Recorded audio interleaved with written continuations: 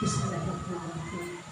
Assalamualaikum warahmatullahi wabarakatuh. Waalaikumsalam warahmatullahi wabarakatuh.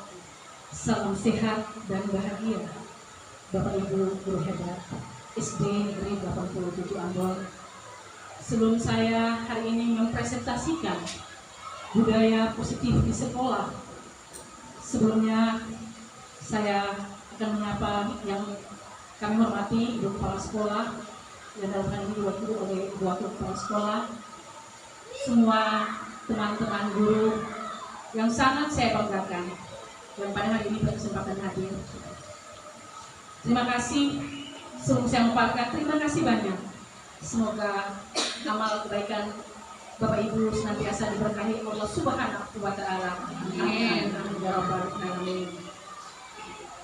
Bapak Ibu guru yang sangat saya banggakan, hari ini lewat aksi nyata saya dalam pendidikan guru penggerak Angkatan 11 Kota Ambon tahun 2024 dalam modul 1.4 tentang bagaimana penerapan budaya positif di sekolah yang saya paparkan hari ini.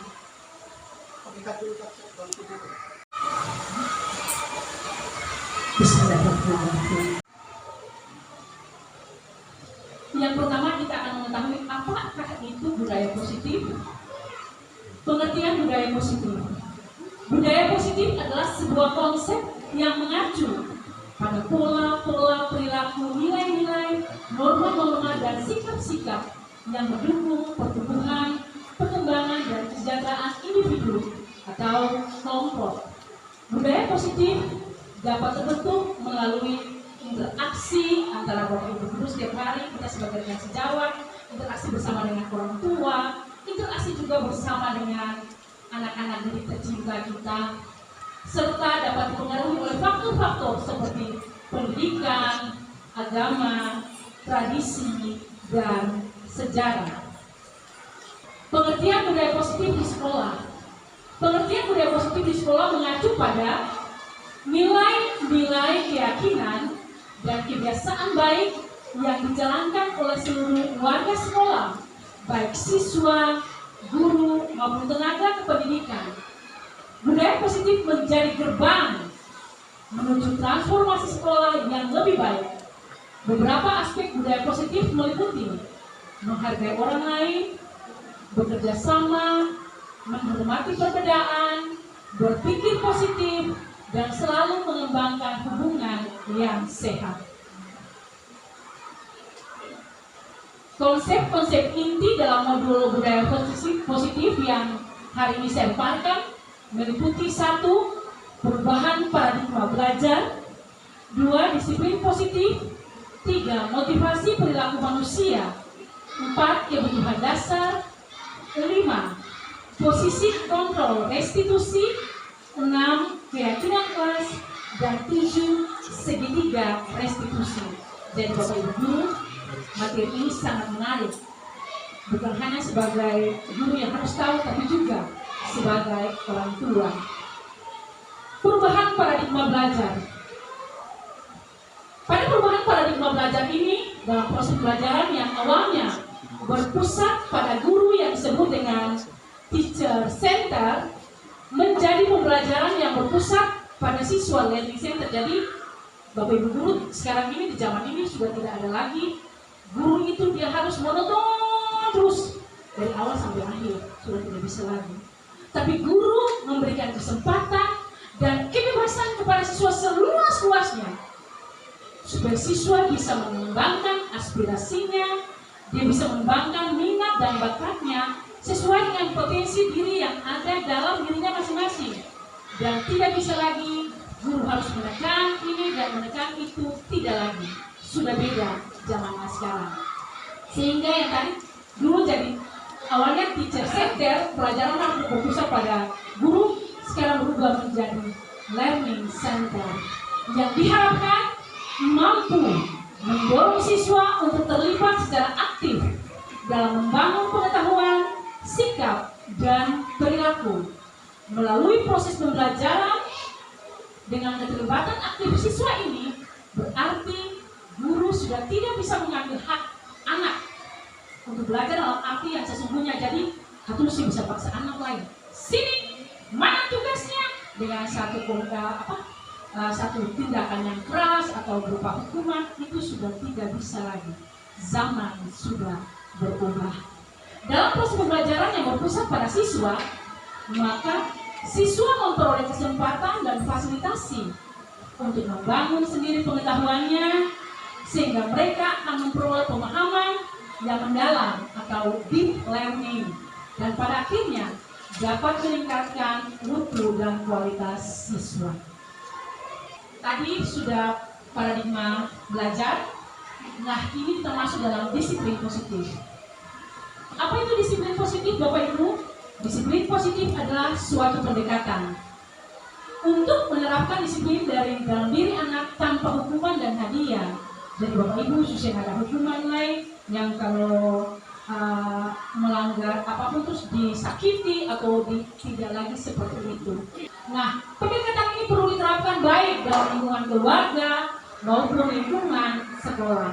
Dalam penerapan disiplin positif, anak diajarkan untuk memahami konsekuensi dari perilaku mereka. Jadi bukan hukuman, Bapak Ibu.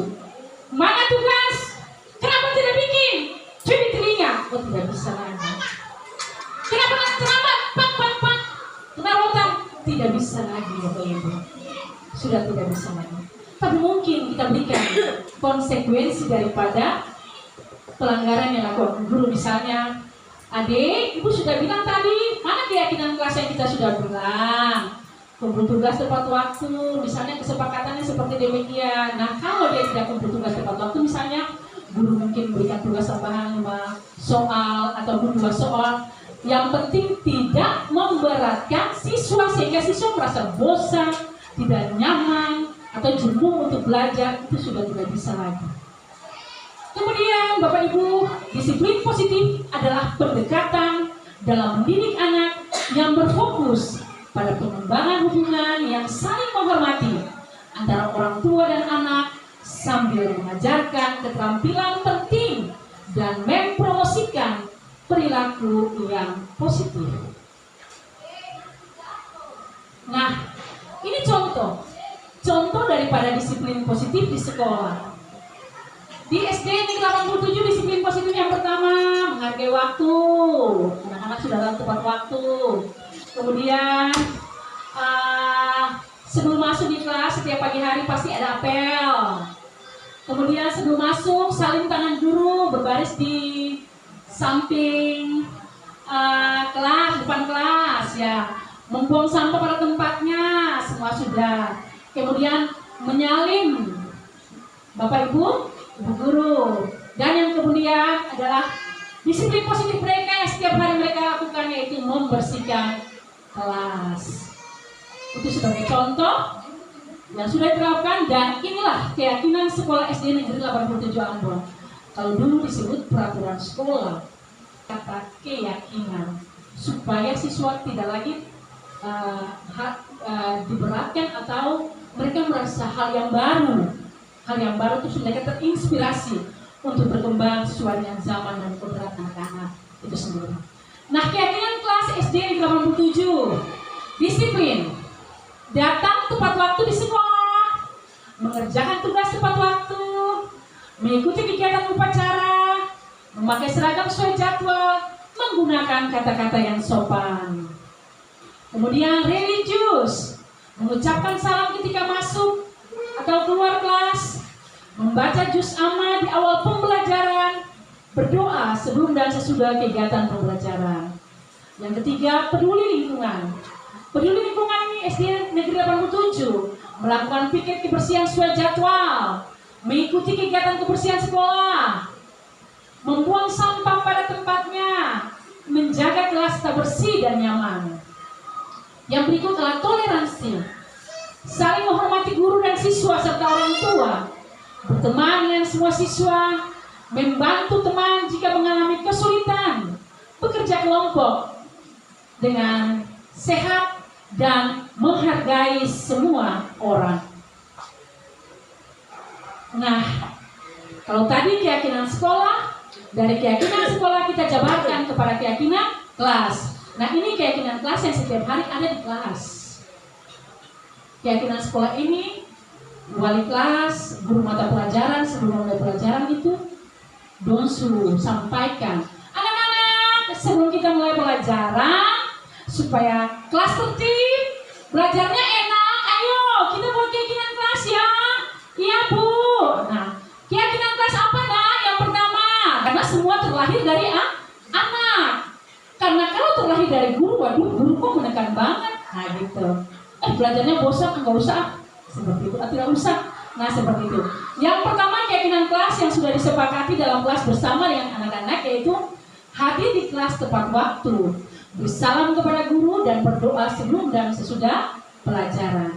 Ini wajib anak-anak sudah melaksanakannya setiap hari dan the best. Kemudian keyakinan kelas yang kedua yaitu saling menghargai.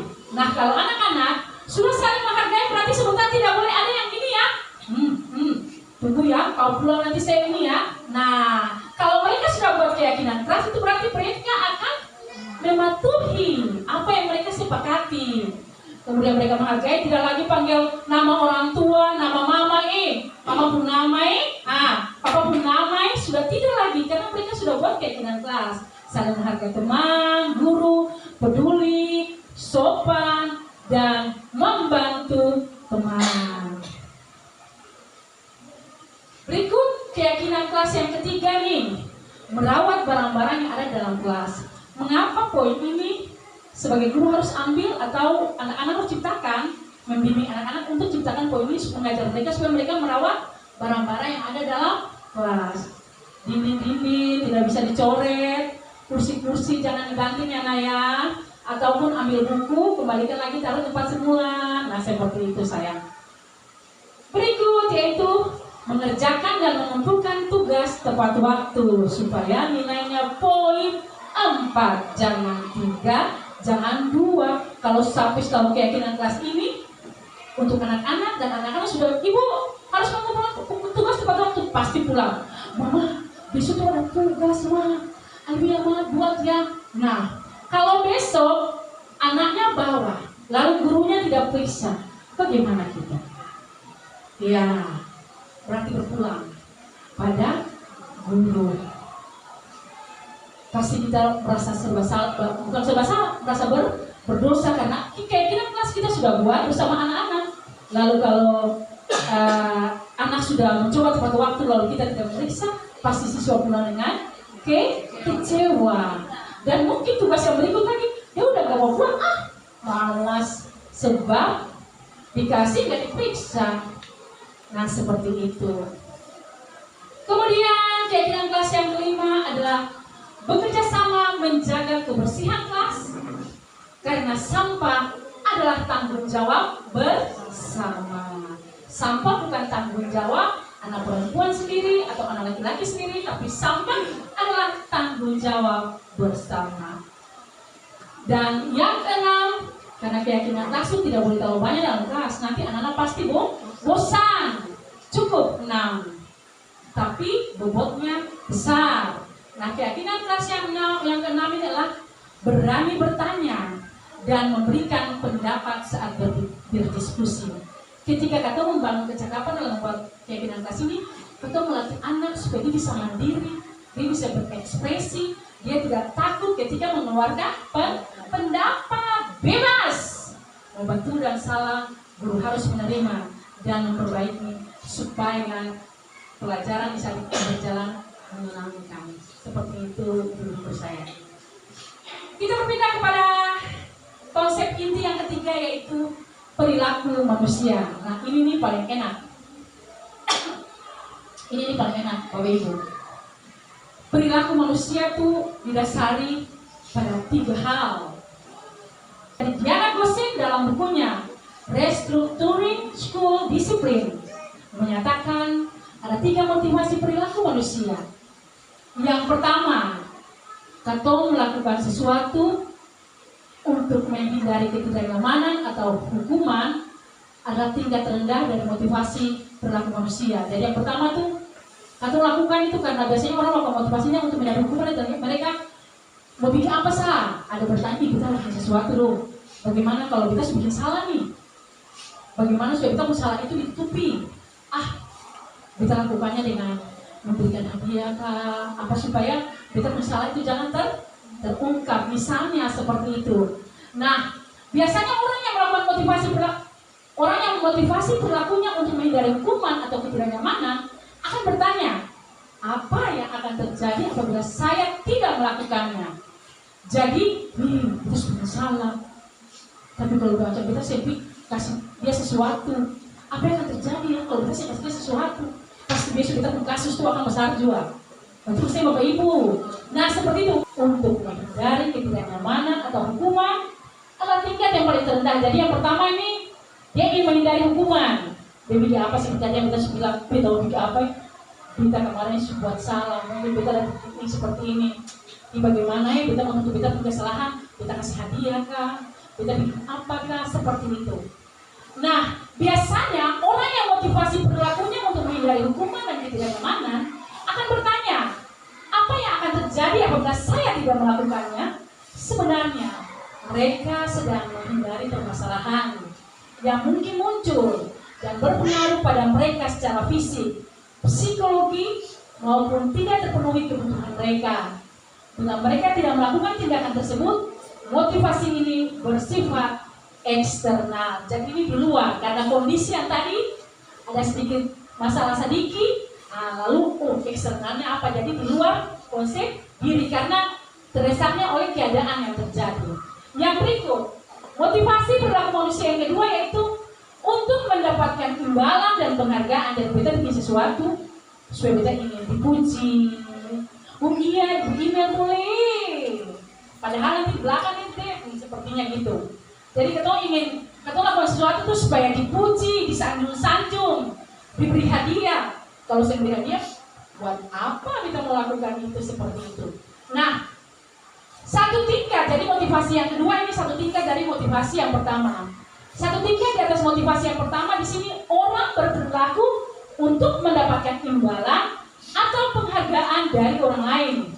Orang dengan motivasi ini akan bertanya, apa yang saya akan dapatkan apabila saya melakukannya? Jadi kita mau tolong ibu, tapi sebentar kita dapat apa? Kita mau bos pulang keseng, kita dapatkan punya imbalan keseng, seperti itu.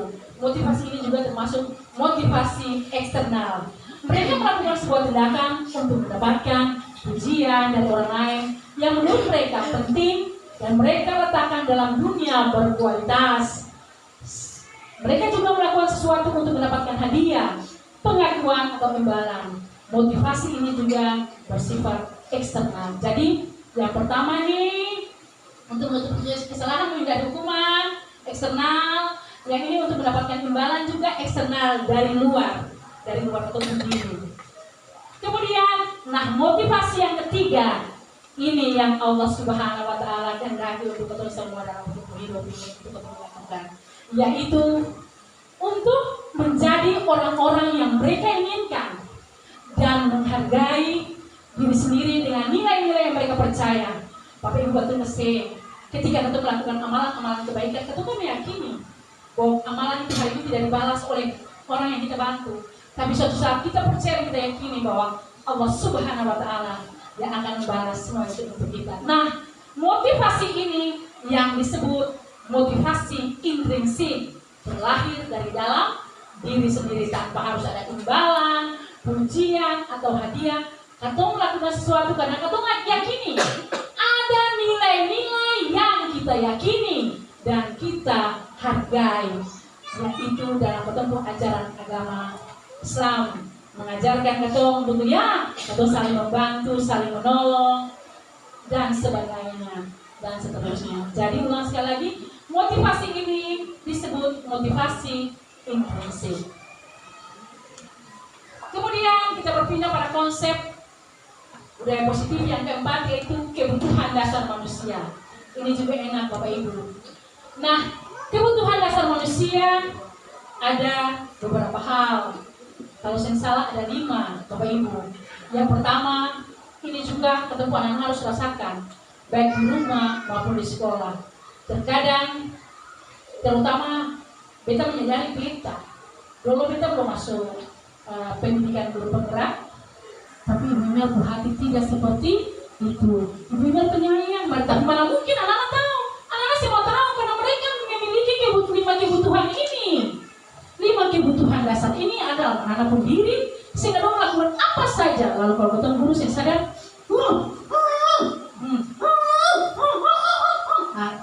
pukul. Padahal tidak, karena mereka memiliki 5 kebutuhan dasar ini yang sudah ada sejak mereka melahirkan. Yang pertama, kebutuhan bertahan hidup atau survival meliputi aspek psikologi seperti kesehatan, makanan, dan tempat tinggal. Pasti Bapak Ibu sudah mencukupi bagi anak-anak kebutuhan yang pertama ini. Kemudian, kedua, kebutuhan kasih sayang dan rasa diterima, love and belonging. Pasti di rumah dong anak-anak butuh kasih sayang dari papa dan mama. Demikian pula di sekolah anak-anak butuh perlakuan dan perhatian dari guru. Bagaimana guru itu sayang, guru itu perhatian.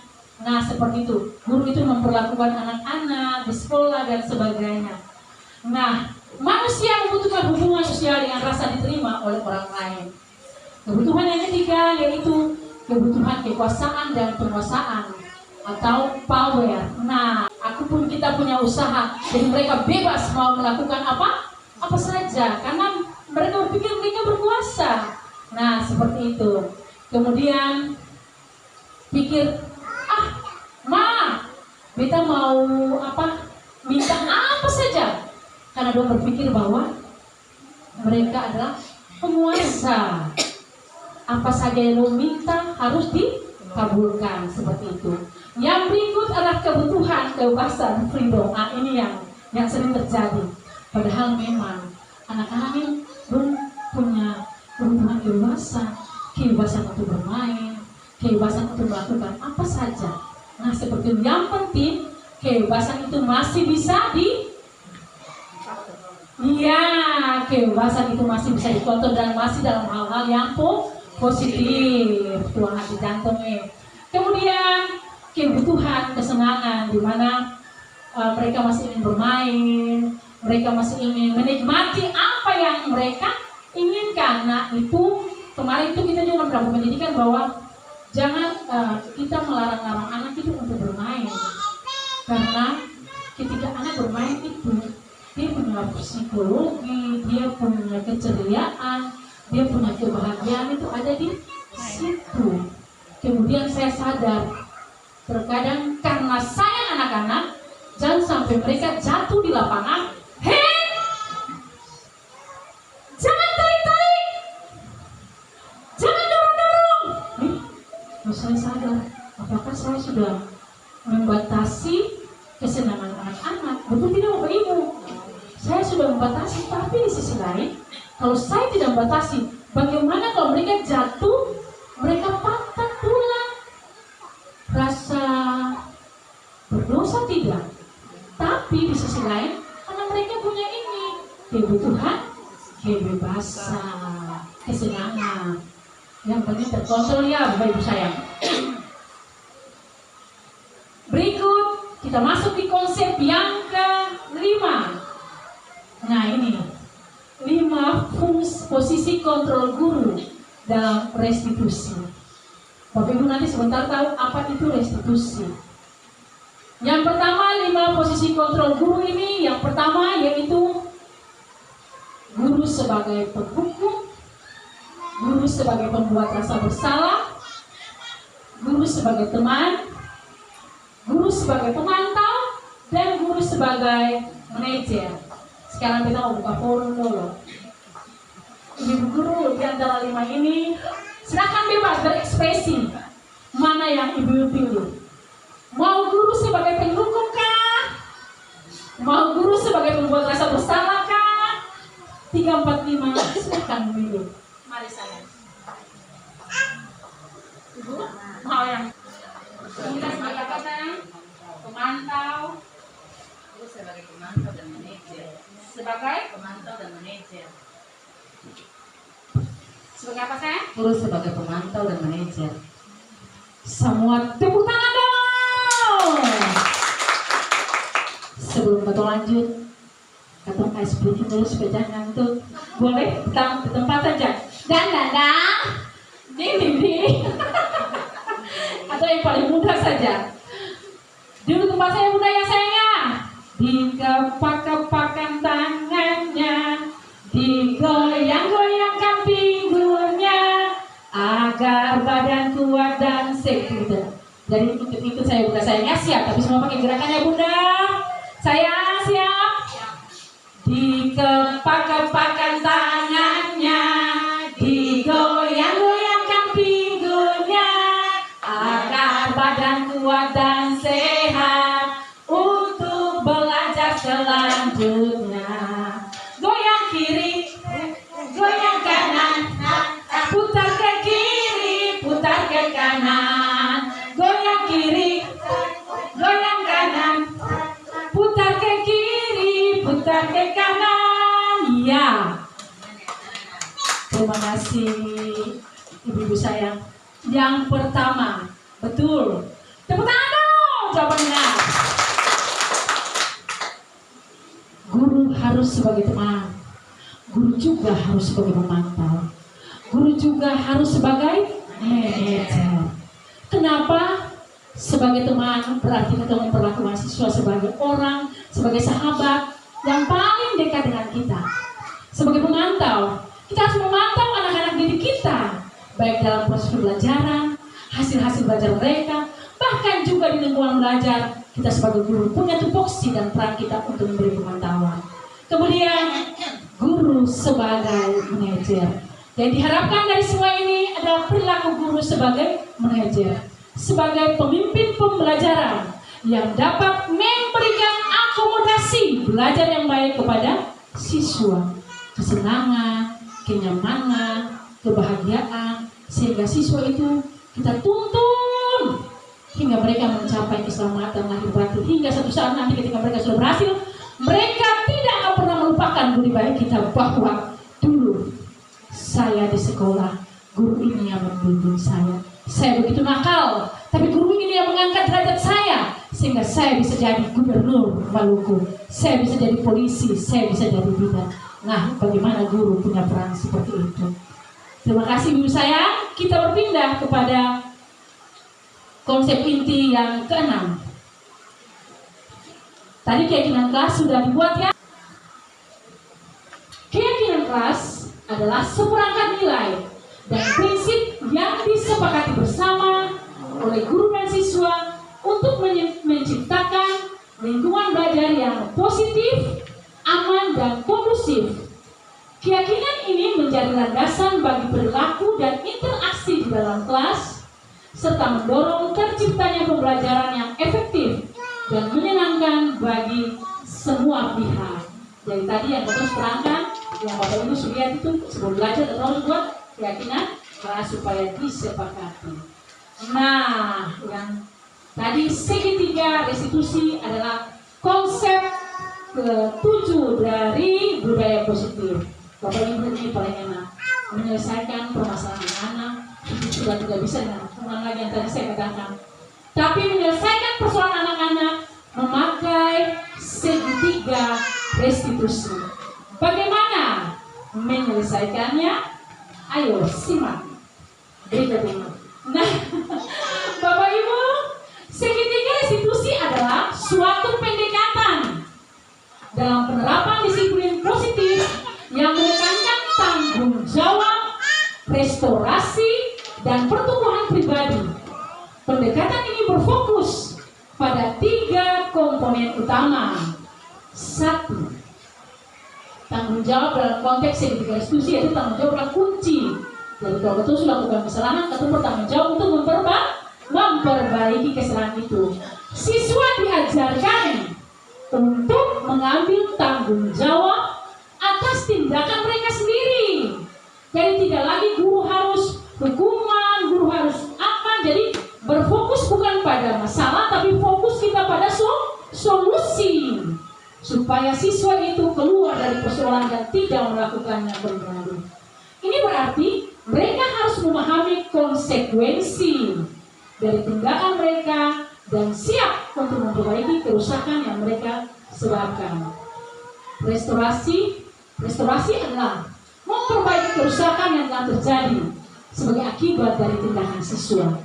Ini bisa berarti bahwa siswa meminta maaf kepada orang yang terluka, mengganti kerugian. Misalnya kalau memang dia punya akibat dari siswa itu tasnya putus, tasnya sobek dan sebagainya, berarti sudah tidak ada bisa hukuman lagi, tapi kita mencari solusi. Mungkin siswa mengganti, ataupun kalau orang tua siswa yang merasa dirugikan, ibu nggak usah lagi.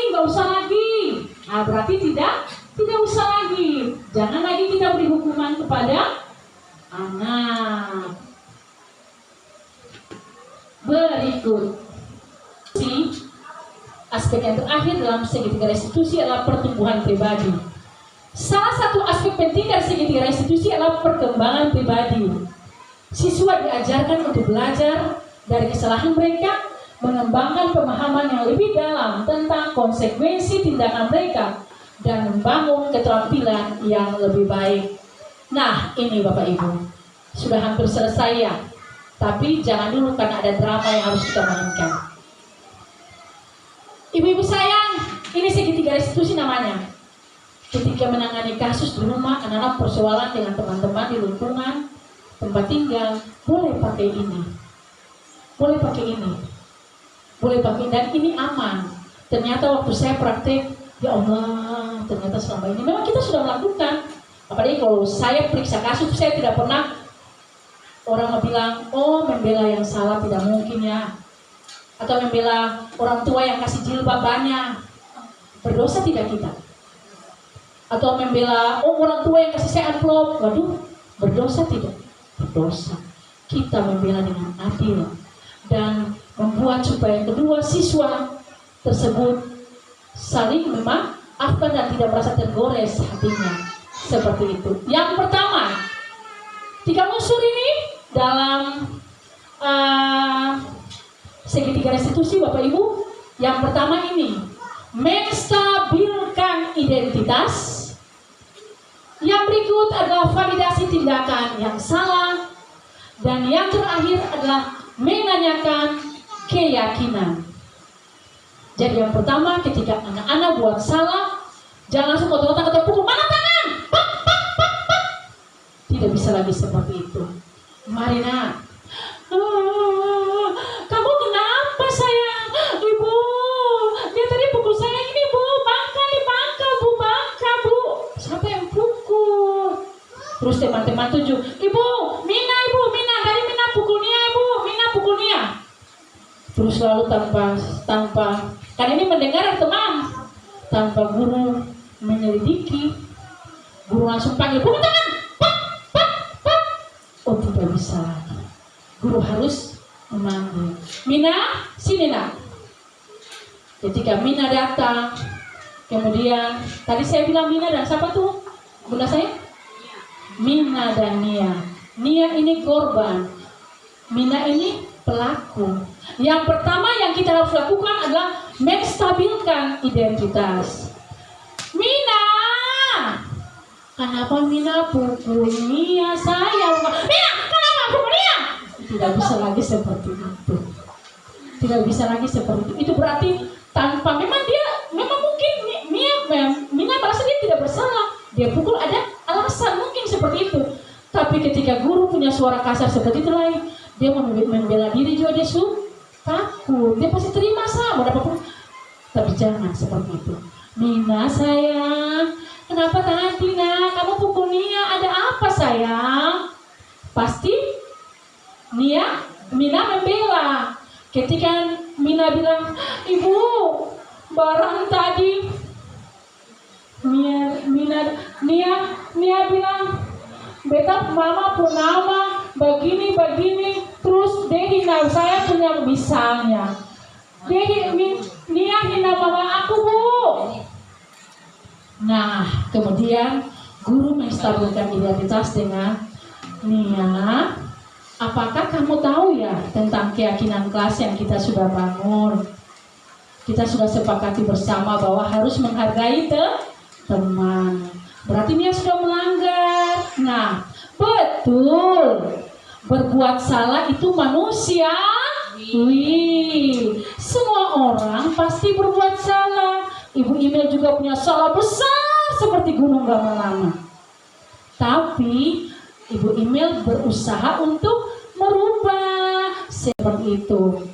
Nah, setelah kita menstabilkan identitas, kemudian kita validasi tindakan yang salah. Kamu tentu punya alasan mengapa melakukan itu. Ya, tadi saya sudah bilang, Mina, kamu punya alasan mengapa kamu melakukan itu. Terus, Bu, karena dia menghina mamaku, nama mamaku dan sebagainya. Guru balai bilang, adakah cara lain yang bisa kamu lakukan? Artinya jangan sampai pukul. Misalnya, pasti nih Mina bilang, ada Bu, apa nak?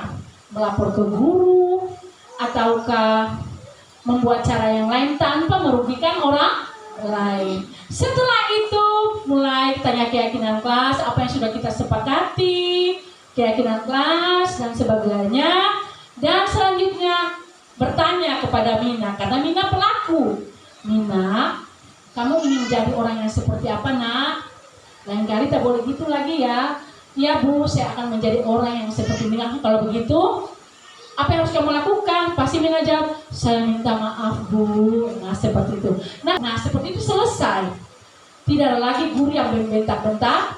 Akhirnya timbul ketidakpuasan di kelas selesai. Tapi di rumah pasti orang tua sudah baku ambil, baku hal. Karena guru mengambil tindakan atau tidak terselesaikan dengan baik dengan segitiga restitusi, maka anak itu dia merasa nyaman. Dia merasa bahagia, lalu susah ada masalah lain. Aman di kelas, aman di sekolah, aman di rumah. Seperti itu. 7 konsep inti yang saya sudah terapkan sebagai aksi nyata kepada Bapak Ibu guru saya. Kemudian sebelum kita masuk pada refleksi, mungkin ada pertanyaan, disilahkan, bebas, tidak apa-apa, bebas berekspresi. Mari Bunda sayang, masih ada waktu kurang lebih 30 menit lagi. Atas kesempatan yang diberikan kepada saya untuk memberikan pertanyaan kepada materi.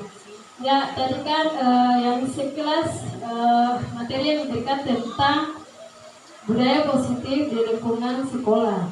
Ada di situ pemaparannya tentang kontrol restitusi. Yang paling menarik saya tertarik dengan kontrol restitusi. Yang jadi pertanyaan saya, mungkin Ibu Mel bisa jelaskan apa itu kontrol restitusi dalam budaya positif di lingkungan sekolah. Mungkin itu saja. Assalamualaikum warahmatullahi wabarakatuh. Terima kasih Ibu Ica, pertanyaan yang luar biasa. Apa yang dimaksud dalam kontrol? Karena tadi dalam konsep-konsep inti dalam budaya positif, diantaranya poin kelima yaitu 5 posisi kontrol guru dalam restitusi. Nah, kalau dibilang kontrol berarti posisi guru, peran guru dalam pengontrolan kepada peserta didik di lingkungan sekolah. Seperti itu ya Bu sayang ya. Jadi karena kalau di rumah papa dan mama pasti orang tua. Nah di sekolah kita adalah mama dan papanya yang harus melakukan pengontrolan dari anak didik kita masuk sekolah, mulai masuk sekolah sampai ia pulang dan keluar dari pintu gerbang sekolah, baru kita melepaskan pengontrolan. Tetapi selama anak itu berada, kita wajib, karena mereka adalah anak-anak yang kita lahirkan sebagai anak-anak didik kita di SD Negeri 87. Begitu Bica sayang? Bisa ya Bica? Ya, terima kasih Bu. Kesempatan yang diberikan pada saya pada kesempatan kali ini ya Ibu Email, menyimak apa yang telah Ibu Email paparkan dari awal hingga akhir. Ini bisa dikatakan sangat menarik ya, karena bisa kita ketahui bahwa disiplin positif di kelas atau budaya positif di kelas akan membentuk budaya positif di sekolah kita. Kemudian bila kita menemukan berbagai masalah, mungkin bisa diselesaikan dalam tahapan segitiga restitusi yang tadi Bu Imel sudah jelaskan. Harus terima. Kenapa? Supaya di sekolah tidak ada bullying lagi. Paparkan yang kita melakukan masih tinggal 9 menit lagi, Bapak Ibu saya. Apa yang mau Bapak Ibu sampaikan sebelum kita menutup kegiatan hari ini? Disilahkan. Mari tuang hati jantung, jadi mulai dari sini pulang ke rumah masing-masing. Jangan lagi, sini, jam 2 tidur siang. Bangun, mandi, makan, mandi, pindah lagi. Kenapa pulang terlambat? Sudah tidak bisa lagi sebagai penghukum. Tetapi biar anak sebagai manajer, sebagai ibu-ibu yang luar biasa, yang mampu menghadirkan ketenangan, kenyamanan, dan kelembuan di rumah. Beta ikut bergerak, baru beta banyak belajar. Ternyata yang memang karena Ibu Leli ikut akan pendidikan ini, Masya Allah, luar biasa, Bapak Ibu. Luar biasa, luar biasa. Ketemu langsung jauh. Kalau memang ada ketemu karakter-karakter yang memang kasar ataupun memberikan penilaian yang tidak tepat, kita langsung merasa diri bersalah. Selama ini mungkin kita melakukan yang salah. Karena Bapak Ibu zaman sekarang atau susah menilai anak-anak berintelijensi lagi. Tidak, apalagi sekarang pembelajaran berdiferensiasi ya punya saya, Ibu Wakil ya. Jadi pembelajaran berdiferensiasi itu guru sudah tidak bisa menilai anak dan dia punya intelijensi saja, kepintarannya saja, tapi dan sebab belum tentu anak yang pintar itu Bapak Ibu lihat. Apakah besok dia berhasil? Tidak. Dulu kita pengalaman dulu sekolah dasar SD Saverius, sekolah Katolik. Sekolah luar biasa, dia juara 1, saya cuma juara 3. Tapi dalam proses penilaian, saya juga merasa kecewa karena mungkin bapaknya tuh atas gitu, kasihan. Suatu saat saya mendapatkan dia tidak jadi apa-apa, jadi tukang ojek. Tapi alhamdulillah ya, alhamdulillah. Nah, pengalaman itu ketika di guru penggerak benar juga. Jangan kita menilai anak dari intelijensi kepintaran, karena mungkin Bapak Ibu, kalau anak-anak yang lemah, anak-anak orang tua yang pas-pasan, kalau mereka punya uang seperti anak yang mampu, tidak mungkin anak mereka seperti itu. Betul sih Bapak Ibu, tidak mungkin. Dan jangan, kita juga tidak boleh perlakukan yang seperti itu. Kita harus merangkul mereka, memberhasilkan mereka bersama-sama. Baik anak yang gede, bapaknya besar, bahkan juga anak petani pun. Kalau kita punya tugas untuk berhasilkan mereka luar biasa, Masya Allah, itu pahalanya selalu. Seperti contoh Bapak Ibu, contoh paling nyata, Ibu Guru Lei Meheriwa, guru SMP 4 Ambon, SMP Negeri 4. Dulu tahun 2007 waktu pemilihan gubernur Maluku pencalonan, Bapak Ibu pernah kenal ada nama baru Jack Noya. Pernah, Bapak Jack Noya pernah calon. Dia itu alumni SMP 4, bapaknya penil Belanda, tetangga sama beta karena bapak tentara. Bapak nanti Jack Noya berhasil dikasih cek 100 juta untuk ibu gurunya, ibu-ibunya berhasil. Ibu, saya sudah berhasil. Dia merantau ke Papua, sampai di Papua nanti dia jadi orang. Ketika reuni SMP 4 di tahun 2007, Bapak Ibu sini sampai SMP 4 tuan, ibu saya itu ada ceritanya tuh. Reuni itu, kemudian Jack Noya punya nama, saya lihat terus di itu, calon gubernur Maluku, Jack Noya. Saya juga belum tahu cerita tentang 100 juta. Tiba-tiba reuni selesai, guru-guru kami Lemah Heriwan, Ibu Lemah Heriwan, karena dulu kan belum pemekaran. Serta pemekaran Kota Ambon, Mami dapat di Maluku Tengah. Jadi dititipkan di Suli sebagai guru. Jadi sudah tidak lagi di SMP 4 Ambon, tapi sudah di SMP 2 Suli. Nah, email waktu pulang reuni sama Jack sudah langsung mami. Jadi email, karena maminya baik sama kita tuh dosen. pernah punya selembaran chicken seperti itu. Kapan kita dulu kita belajar obligasi, cek. Tapi saya tahu yang mana jualnya, cek obligasi. Tapi saya tahu seperti apa. Kebetulan hari itu ketua pensiun, jadi belum ada rumah. Mau keluar dari rumah guru kan mesti ada rumah. Belum ada rumah. Kemudian mami apa? Ibunya dari mana? Mami, cek Moya, email, si anak ini cek Moya kasih ibunya 100 juta. Ibu, masih ada lagi tuan? Mari bertanya sah, siapa kan tuan? Kesempatannya, saya sebenarnya cukup sependapat dengan dari saran dari Wakasek. Cuma ingin saya tanyakan mengenai 5 posisi kontrol guru dalam restitusi, Bu. Guru sebagai manajer, di situ salah satu poinnya adalah guru sebagai penghukum. Penghukum ya, Bu? Iya. Apa yang pertama ya? Itu maksudnya dia masuk 5 posisi kontrol guru sebagai penghukum.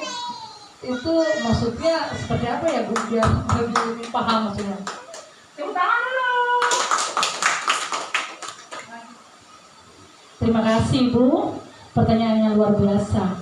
Ibu sayang, posisi guru sebagai penghukum. Penghukum di sini guru semua tahu dengan keadaan. Dia tidak mau tahu dengan latar belakang keluarga anak, apakah mampu atau tidak mampu. Sini! Kenapa datang terlambat? Dia tidak tahu bahwa ketika dia datang terlambat siswanya mungkin jalan kaki karena orang tuanya tidak punya uang untuk memberikan dia uang ke sekolah. Tanpa basa-basi sini! Dan sebagainya. Jadi istilahnya guru tuh menghukum terus. Jadi penghukum terus. Kalau guru jadi penghukum, apakah adem anak-anak kita, Bu? Tidak, kasihan. Mereka pasti tadi makan yang enak-enak di rumah tuh. Hilang, gak tahu kemana, lapar lagi deh. Atau mungkin pelajaran yang berikut lagi sudah tidur, malas. Pasti pulang juga ada dampak. Nah, kenapa kamu tidak mau makan? Gak mak, padahal anak teringat pengalaman di sekolah tadi ketika guru menghukumnya seperti itu. Kemudian juga guru sebagai pembuat rasa bersalah nih juga tidak harus sebagai guru, kita tidak boleh. Tapi biarlah guru sebagai manajer. Karena di dalam posisi sebagai manajer ini semuanya sudah ada. 2, ini tidak ada. Penghukum dan pembuat rasa bersalah tidak ada pada seorang manajer. Tetapi di dalam posisi guru sebagai seorang manajer, dia sekaligus sudah menambahkan 2 skill, yaitu sebagai teman dan sebagai pemantau. Dia mampu menyelesaikan berbagai kasus anak-anak. Dia mampu mengakomodasi segala kebutuhan belajar anak. Itulah seorang manajer. Manajer bukan berarti dia harus jadi kepala sekolah, lawan ibu kepala sekolah. Tidak seperti itu. Dia harus berperan sebagai pemimpin pembelajaran yang menyayangi anak-anak, yang disayangi anak-anak, bahkan juga mungkin guru disayangi oleh orang tua. Seperti itu sayang. Ada lagi tuang hati? Silahkan. Tanya saja dengan saya.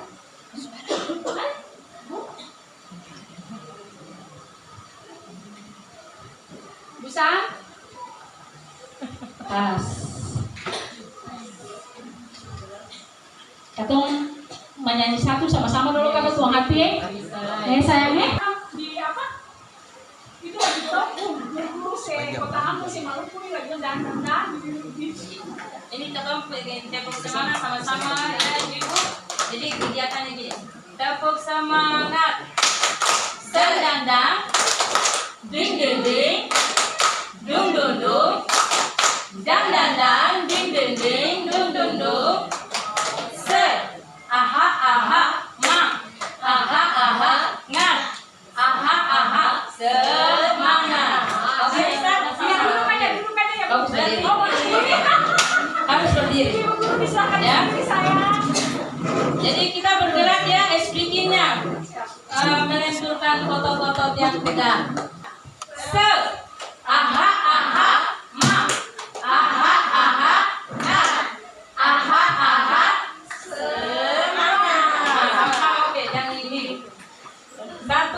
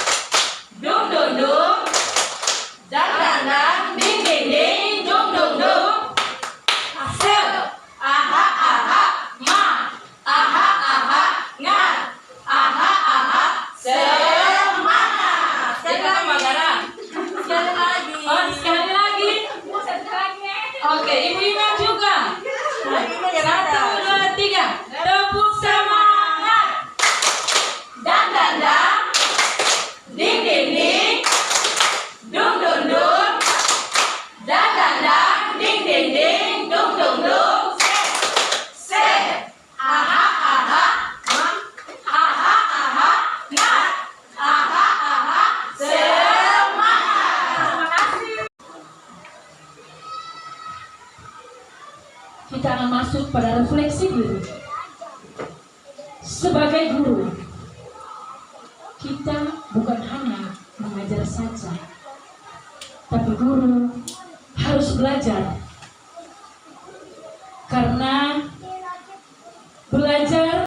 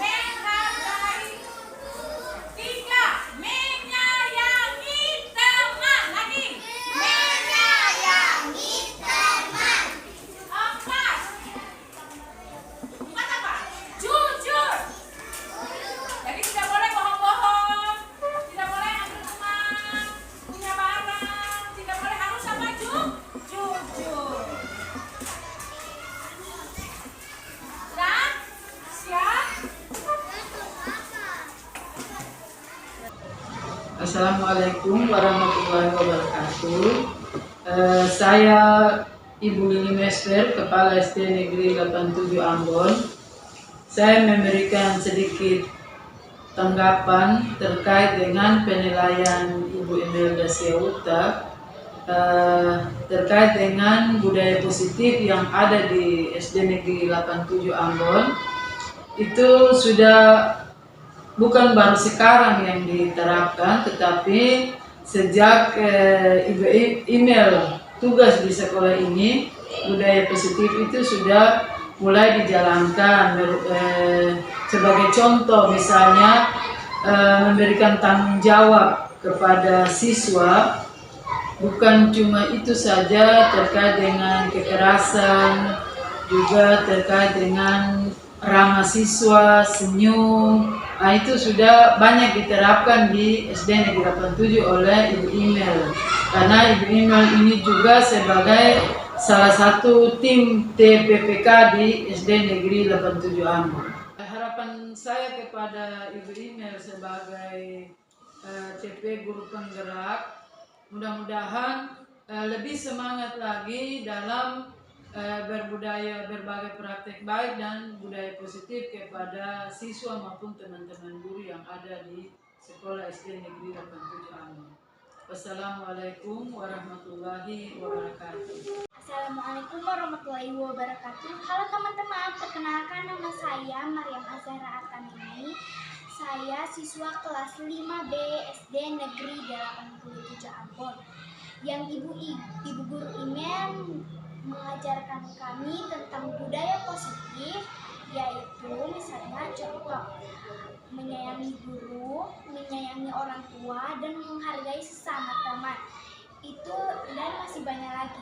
Itu yang kami lakukan di SD Negeri 87 Ambon. Terima kasih. Wassalamualaikum warahmatullahi wabarakatuh. Assalamualaikum warahmatullahi wabarakatuh. Halo teman-teman, perkenalkan nama saya Asifa Ramadhani Patrisan. Saya dari SD Negeri 87 Ambon. Yang Ibu Guru Imel ajarkan kepada kami tentang budaya positif, contoh jujur, tanggung jawab, dan disiplin. Dan masih banyak lainnya yang sudah kami melaksanakan. Itu saja. Wassalamualaikum warahmatullahi wabarakatuh. Assalamualaikum warahmatullahi wabarakatuh. Halo teman-teman, perkenalkan nama saya Asifa Ramadhani. Dan perkenalkan nama saya Rizky Ramadhani Maulida. Menurut saya penilaian buat Ibu Imel baik, asik, dan menyenangkan. Bagi saya penilaian Ibu Imel orangnya seru, suka tertawa, bercanda, dan baik hati, asik, seru, dan sesuai dengan kurikulum Merdeka Belajar. Demikian penilaian dari kami. Wassalamualaikum warahmatullahi wabarakatuh.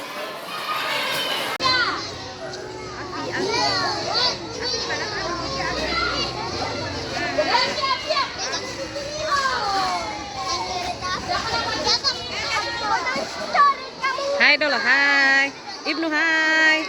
Hai. Hai. Asfi, Adenita. Dah. Hai dulu, hai. Hai. Dado, dah.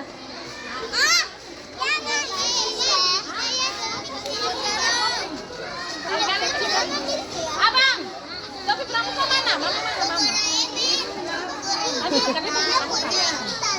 Siapa yang dapat temankunya ini Atrimus? Apa yang mana ini kakak? Oh, ini ada di sini. Nah ini nih, ini siapa punya ini? Ini saya ada lain. Ada lain. Ini siapa punya? Sama di sini. Ada ini.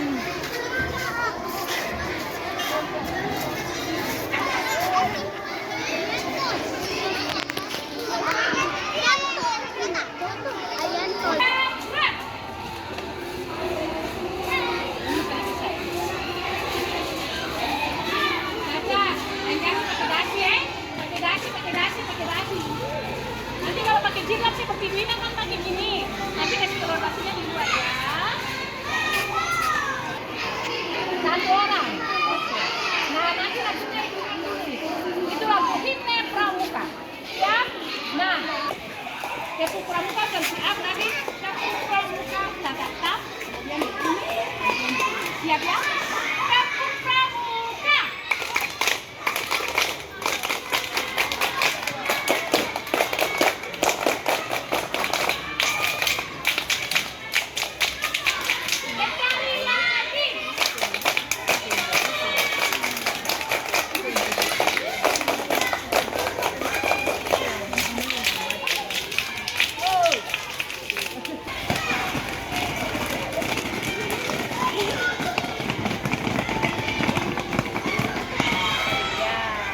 Sudah sayang? Alhamdulillah. Kamu sudah belajar. Salam. Siapa suruh masuk pramuka? Siapa suruh masuk pramuka? Cantik rasa. Aduh sayang. Ulang siapa suruh masuk pramuka? Siapa suruh masuk pramuka? Siapa suruh masuk pramuka? Sendiri suruh sendiri rasa.